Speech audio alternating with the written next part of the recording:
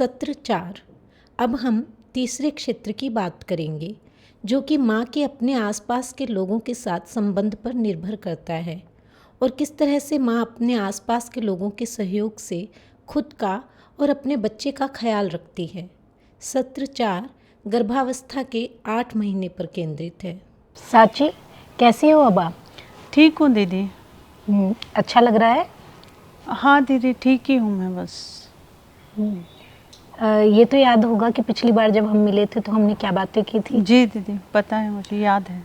हाँ, हमने diet chart के बारे में बातें की थी जी।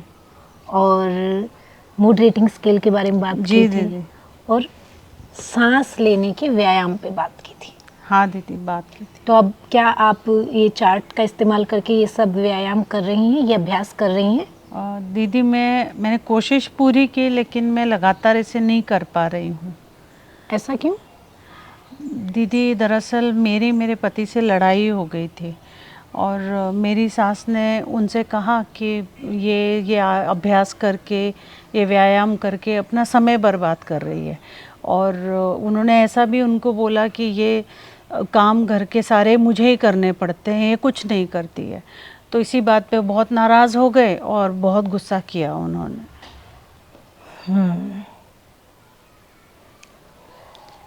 कोई नहीं साची, मैं आपके पति से भी और आपकी सासू माँ से भी बात करूँगी। ठीक है दीदी।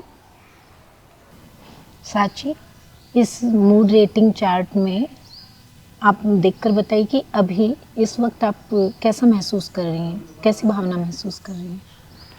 दीदी, इस तस्वीर के हिसाब से तो मैं ये नीचे से दूसरा जो है जिसमें माँ तनाव में है, परेशान, और इस वक्त तो मैं परेशानी महसूस कर पा रही हूँ, उदासी और परेशानी महसूस कर रही हूँ दीदी मैं। मैं समझ सकती हूँ साची, अभी आपका अपने घर में तालमेल नहीं बैठ पा रहा है जी। और आपका अपने परिवार के साथ जिस तरह का चल रहा है उसकी वजह से आप ऐसा महसूस कर रही हैं। जी। तो आप क्या सोचती हैं साची, क्या मैं आपके घर वालों से बात करूं, आपके पति से, आपकी सासू माँ से? आपको क्या लगता है? हाँ दीदी, उन्होंने इस वक्त, मैं बहुत नाराज़ हूँ उन लोगों से। उन्होंने इस वक्त, इस समय मेरा पूरा साथ देना चाहिए, मेरा ख्याल रखना चाहिए। बजाय उसके वो लोग इस तरह की बातें कर रहे हैं और मुझ पे दबाव बना रहे हैं, काम का दबाव लगातार बना रहे हैं। आप करिए दीदी बात।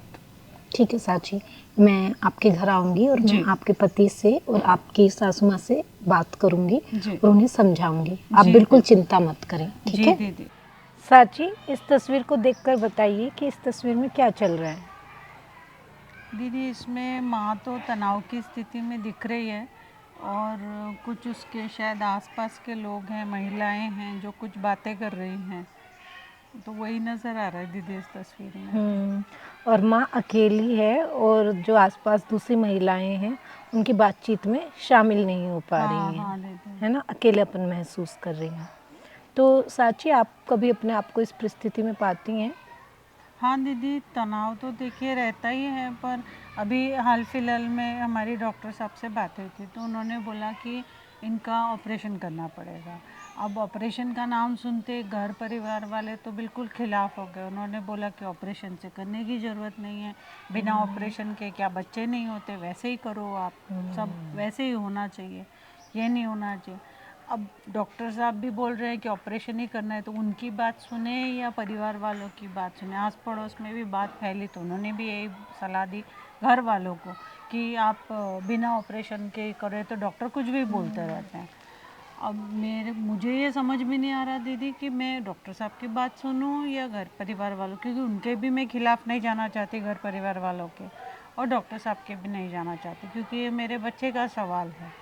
ऐसी स्थिति बहुत असमंजस में रहती हूँ दीदी मैं, और रात को फिर सो भी नहीं पाती, क्योंकि मेरे ध्यान में वही चीज़ चलती रहती, कोई है भी नहीं बात करने के लिए, और किसी से मैं बात करने जाऊँ तो फिर वही बात निकल के आती है, फिर वही सलाह देते हैं। तो बहुत ही मतलब तनाव जैसा हो जाता है दीदी मुझे, और रात में नींद भी नहीं आती ठीक तरह से। जो आपने गतिविधियाँ बोली थी वो भी काफ़ी हद तक मैं कर नहीं पाती हूँ दीदी, जिससे मेरा तनाव शायद और बढ़ गया है, ऐसा मुझे लगता है। मैं समझ सकती हूँ साची, और असल में ये कई माताओं के साथ होता है। और परिवार वालों को समझाना, मनाना, आसपास के दूसरे लोगों से बात करना, डॉक्टर की सलाह मानना, डॉक्टर क्या कह रहे हैं और परिवार वाले और नाते रिश्तेदार कुछ और कह रहे हैं, तो ऐसी स्थिति में माएँ आमतौर पर दुविधा की स्थिति में हो जाती हैं। और असल में मैं बताऊं तो मेरे साथ भी ऐसा कुछ रहा है। जब मैं गर्भवती थी तो तभी भी ऐसा था कि लोग आते थे, कभी कोई कुछ कह के जा रहा है, कभी कोई कुछ कह के जा रहा है, सब अपनी अपनी राय दे रहे हैं, फिर डॉक्टर भी कुछ कह रहे हैं और इतनी ज़्यादा असमंजस की स्थिति हो जाती है, दुविधा की स्थिति हो जाती है, आप समझ ही नहीं पाते कि आप किसकी बात सुनो, किसकी बात ना सुनो, क्या करो। और लगातार घर वाले तो आपको कुछ ना कुछ बताते ही रहते हैं। हाँ, सही कह रही तो हैं। ये एक मुश्किल स्थिति है और मैं समझ सकती हूँ कि आपके लिए भी ये मुश्किल हो रहा होगा। जी दीदी, पर मैं आपको ये बात बताना चाहती हूँ कि इस स्थिति से हम निपट सकते हैं और इसके लिए कुछ कर सकते हैं, है ना?